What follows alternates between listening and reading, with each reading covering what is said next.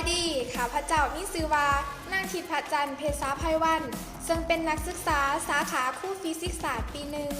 มื้อนี้ข้าพเจ้าจะมานำเสนอประวัติของนักฟิสิกส์ศาสตร์ท่านหนึ่งที่ชื่อว่าอาร์คิมิดีสเพื่อประกอบการศึกษาในวิชาประวัติฟิสิกส์ศาสตร์ซึ่งสอนโดยอาจารย์ปริญญาโทปาวีสุวรรณวงศ์ซึ่งว่าจะเป็นแนวใดนั้นเข้าไปติดตามรับชมและรับฟังกันเลยอาร์คิมิดีสเป็นนักคณิตศาสตร์นักดาราศาสตร์นักปรัชญานักฟิสิกส์ศาสตร์และนักวิศวกรชาวกะเหล็กเล่าได้รับการยกย่องว่าเป็นหนึ่งในบรรดานักวิทยาศาสตร์ชั้นนำในยุคบูฮานผลงานทางด้านฟิสิกส์ของเล่าได้กลายเป็นพื้นฐานให้แก่วิชาสถิตศาสตร์ของการไหลและการอธิบายเกี่ยวกับคานอาร์คิมิดีสขึ้นชื่อว่าเป็นผู้คนคิดนวัตกรรมเครื่องกลจักรปั๊มเกลียวผลงานการทดลองในยุคใหม่ได้พิสูจน์ว่าเครื่องจักรที่เล่าออกแบบนั้นสามารถยกเรือขึ้นจากน้ำหรือสามารถจุดไฟเผาเรือได้โดยอาศัยแวนเป็นเครื่องมืออาร์คิมิดีสเกิดเมื่อ287ปีก่อนคริสตศักราชที่เมืองซิราคูซาเทิงเกาะซิซิลีซึ่งเวลานั้นเป็นอาณานิคมปกครองตนเองของมัญญากาเซีย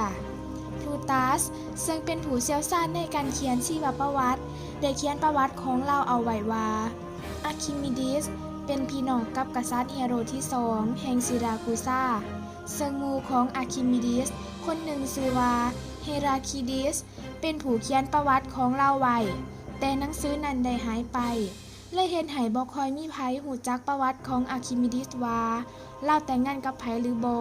หรือเรามีลูกจักคนเมื่อยังน้อยอาร์คิมิดีสได้เรียนอยู่ที่อเล็กซานเดรียเมืองหนึ่งในอาณาจักรอียิปต์บูฮานหลังจากจบการศึกษาเราได้กลับมาดำรงชีวิตอยู่ที่เมืองซิราคูซาอาร์คิมิดีสได้เฮ็ดเวียกแก้ไขปัญหาต่างๆและได้สร้างผลงานอย่างหลวงหลายจนเป็นที่พึงพอใจให้แก่กษัตริย์เฮโรที่2ผลงานการค้นพบและสิ่งประดิษฐ์ของอาร์คิมิดีสมี 1. มงกุฎทองคำเรื่องเล่าที่เฮ็ดให้ผู้คนหูจักเกี่ยวกับอาร์คิมิดีสหลายขึ้นแม้นการที่เล่าสามารถค้นพบวิธีสอกหาปริมาตรของมงกุฎทองคำให้แก่พระเจ้าเฮโรที่2เพื่อพิสูจน์ว่ามีการผสมโลหะอื่นเข้าไปในนั้นหรือบ่ซึ่งอาร์คิมิดีสสามารถค้นพบคำตอบตอนที่เล่ากำลังอาบน้ำเมื่อเล่าก้าวขาลงไปในอ่างอาบน้ำเราสังเกตเห็นว่าระดับน้ำในอ่างเพิ่มสูงขึ้นเราจึงคิดได้ว่าวิธีการนี้สามารถสอกหาปริมาตรของมงกุฎโดยวิธีแทนที่นำได้ซึ่งจะนำไปสู่การพิสูจน์ว่ามงกุฎทองมีโลหะอื่นเจือปนอยู่นำด้วยความตื่นเต้นดีใจอาร์คิมิดีสได้แล่นออกไปนอกทางทั้งที่ยังบ่ทันได้นุ่งเครื่องแล้วฮ้องขึ้นว่ายูเรกายูเรกาเป็นภาษากะเหล็กซึ่งแปลว่าข่อยฮู้แล้วข่อยฮู้แล้วอาร์คิมิดีสได้อธิบายเกี่ยวกับหลักการนี้ซึ่งต่อมาได้ถูกเอ่ยว่าหลักการอาร์คิมิดีสซึ่งมีเนื้อในว่าวัตถุที่จุ่มอยู่ในวัตถุแล้วล้วนแต่ถูกวัตถุแล้วกระทบความแห้งอยู่ขึ้นตามล่วงตั้งขนาดของความแห้งอยู่ดังกล่าวจะเท่ากับขนาดของน้ำหนักของวัตถุแล้วที่ถูกวัตถุนั้นแทนบอนจากหลักการของอาร์คิมิดีสเฮ็ดให้เฮาสามารถรู้เงื่อนไขการฟูหรือการจมของวัตถุได้ดังนี้กรณีวัตถุฟูความแห้งอยู่อาร์คิมิดีสจะใหญ่กว่าหรือเท่ากับน้ำหนักของวัตถุและกรณีวัตถุจมความแห้งอยู่อาร์คิมิดีสจะน้อยกว่าน้ำหนักของวัตถุนั่นเองผลงานที่2รหัสเกี่ยวของอาร์คิมิดีสพระเจ้าเฮโรที่2ได้ให้อาร์คิมิดีสออกแบบสร้างเรือที่ใหญ่ที่สุดในยุคนั้นซึ่งสามารถบรรทุกคนได้ถึง600คนมีสวนดอกไม้มีโบสถ์มีห้องยิมและมีเครื่องอำนวยความสะดวกหลายอย่างสามารถใส่เรือเป็นเรือสำราญเรือบรรทุกสินค้าหรือว่าใส่เป็นเรือสู่รบก็ได้แต่ว่าปัญหาสำหรับเรือลำใหญ่แม้จะมีน้ำไหลซึมเข้ามาหลายจึงจำเป็นต้องมีเครื่องมือสำหรับสาน้ำออกจากท้องเรือให้ทันเวลาอาร์คิมิดีสจึงได้ออกแบบเครื่องมือที่ประกอบด้วย ใบพัดหมุนหูบเกี่ยวอยู่ภายในทอหูบทรงกระบอกใส่หมุนด้วยมือมันสามารถใช้งานได้ผลเป็นอย่างดีปัจจุบันนี้รหัสเกี่ยวของอาร์คิมิดีสยังเป็นที่นิยมใส่กันหลายสำหรับการระบายน้ำและการขนถ่ายวัสดุประเภทเม็ดเช่นว่าถ่านหินหรือเม็ดธัญพืชต่างๆผลงานที่ 3 ข้านดีดข้านงัดอาร์คิมิดีสได้อธิบายหลักการนี้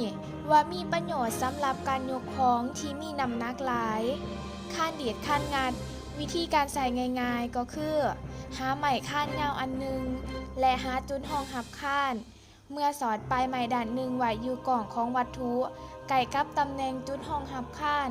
และออกแห้งคมที่ปลายไม้ข้านอีกด้านหนึ่งก็จะสามารถยกของที่มีน้ำหนักหลายได้อย่างสบายและนี่ก็เป็นว่าทะเด็ดของเราที่ว่าหาที่ยืนกับไม้ข้านที่ยาวมาให้ข่อยแม่แล้วข่อยจะเคลื่อนย้ายโลกให้เบิงอาร์คิมิดีสบ่เพียงแต่เป็นผู้เชี่ยวชาญในการประดิษฐ์เครื่องกลจักรเท่านั้นเรายังเป็นนักคณิตศาสตร์และเป็นผู้คนคิดวิธีการใหม่ๆในการแก้ไขโจทย์ปัญหาทางคณิตศาสตร์ซึ่งผลงานทางด้านคณิตศาสตร์ของเรามีการประเมินค่าของปีการประเมินค่าหารหัน2ของ3การสอบหาปริมาตรและเนื้อที่ของหูบทรงต่างๆเช่นหูบสามเหลี่ยมหูบสี่แยกข้างขนานหูบทอกลมหูบจ้วยหูบปาราโบลและหูบอื่นๆและยังมีผลงานอื่นๆอีกของเราที่บันทึกไว้อยู่ในตุ่มตำราของเราที่เราเองเป็นผู้เขียนผลงานที่ 4 กรงเล็บของอาร์คิมิดีสอาร์คิมิดีสได้ออกแบบอาวุธนี้เพื่อป้องกันการโจมตีของเรือศัตรูกรงเล็บของอาร์คิมิดีสประกอบด้วยโครงสร้างที่แขนคล้ายคือกับรถเข็นขนาดใหญ่มีข้อเหล็กสำหรับเกาะที่มีขนาดใหญ่ห้อยไว้อยู่ปลายแขนเมื่อเรือของศัตรูเข้ามาใกล้บริเวณรัศมีของแขนเหล็กขนาดใหญ่ก็จะปล่อยลงให้เกาะเรือแล้วก็ยกขึ้นเพื่อดึงเรือให้ลอยสูงขึ้นจากหน้าน้ำจากนั้นก็ปล่อยเรือลงอย่างไวเฮ็ดให้เรือของศัตรูจมลงน้ำได้ในปี 2005 ได้มีการทดลองสร้างกรงเล็บอาร์คิมิดีสจากรายการโทรทัศน์หนึ่งชื่อว่า Super Weapons of the Ancient World และได้ขอสรุปว่ามันสามารถใช้ได้ผลแท้ผลงานที่ 5 ลำแสงพิฆาตของอาร์คิมิดีสได้ประดิษฐ์แผ่นโลหะเงาที่มีลักษณะคล้ายคือแวนกงขนาดใหญ่เพื่อใส่สะท้อนแสงให้ไปรวมอยู่จุดเดียวกันก่อให้เกิดความร้อนซึ่งสามารถเฮ็ดให้เรือของกองทัพโรมันลุกไหม้ได้ในระหว่างปีค.ศ. 1973 หาปี 2010 ได้มีการทดลองสร้างแวนเลียนแบบลำแสงพิฆาตอาร์คิมิดีสซึ่งได้เหตุการณ์ทดลองหลายๆเทื่อเพื่อพิสูจน์ถึงความเป็นไปได้ของวิธีการนี้ในการทดลองบางเทื่อก็เฮ็ดให้เกิดไฟลุกไหม้ได้บางเทื่อก็เฮ็ดให้เกิดเพียงแต่แสงไฟแต่บ่เกิดเป็นเปลวไฟลุกไหม้จากการทดลองสามารถสรุปว่าลำแสงพิฆาตของอาร์คิมิดีสอาจมีจุดประสงค์เพื่อเฮ็ดให้แสงรบกวนสายตาของทหารถึงเรือเฮ็ดให้เสียสมาธิจนสามารถโจมตีฝ่ายศัตรูด้วยอาวุธอื่นได้นอกจากนี้อาร์คิมิดีสยังประดิษฐ์อาวุธชนิดอื่นที่ใช้งานได้ผลเป็นอย่างดีเช่นเครื่องยิงก้อนหินซึ่งอาศัยหลักการของข้านดีดข้านงัดสามารถแกว่งก้อนหินข้ามกำแพงสร้างความเสียหายให้กับเรือกองทัพโรมันหลายลำและเครื่องยิงท่อนไม้ที่ใส่สำหรับยิงท่อนไม้ขนาดใหญ่ให้ไหลไปตามน้ำด้วยความไวเพื่อทำลายเรือของศัตรูหลังจากที่ถูกปิดล้อมเป็นเวลาดนนานในที่สุดกองทัพโรมันก็สามารถตีเอาเมืองซิราคูซาได้สำเร็จนายพลมาเซลลัสที่ชื่นชมว่าอาร์คิมิดีสเป็นผู้ที่มีความสามารถและเป็นสมบัติทางวิทยาศาสตร์อันล้ำค่าได้สั่งให้ทหารไปนำตัวอาร์คิมิดีสมาพบโดยสั่งห้ามทำหายเล่าทหาร ได้มานำตัวอาร์คิมิดีสให้ไปพบแม่ทัพโรมัน ในขณะที่เล่ากำลังคิดเกี่ยวกับปัญหาคณิตศาสตร์อยู่อาร์คิมิดีสจึงบอกปฏิเสธทหารคนนั้นว่าเล่าต้องแก้โจทย์คณิตศาสตร์ให้แล้วก่อนอย่าฝ่ามารบกวนเล่าเมื่อทหารได้ยินแนวนั้นก็เกิดความอยากหายจึงใส่ดาบขาอาร์คิมิดีสนายพลมาร์เซลลัสอยากหายแห้งและเกิดความบ่พอใจเมื่อหูว่าเทพเจ้าแห่งเลขาคณิตต้องตายไปทั้งที่เล่าได้สั่งห้ามทหารว่าห้ามทำให้อาร์คิมิดีสเป็นอันขาดอาร์คิมิดีสได้เสียชีวิตเมื่อ212 ปีก่อนคศ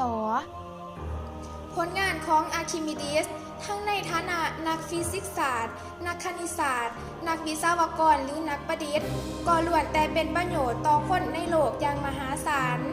ผลงานบางอย่างของเราได้ถึงนำไปใส่ประโยชน์ตั้งแต่สมัยบูฮานสืบต่อมาข้าม2 ศตวรรษจนหอดปัจจุบันและก็จบไปแล้วสำหรับการเล่าประวัติและผลงานของอาร์คิมิดีสนักประดิษฐ์ผู้ยิ่งใหญ่ในสมัยบูฮานข้าพเจ้าหวังว่า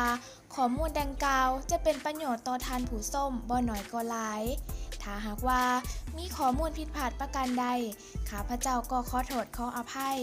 แต่ถ้าหากว่าท่านมักอย่าลืม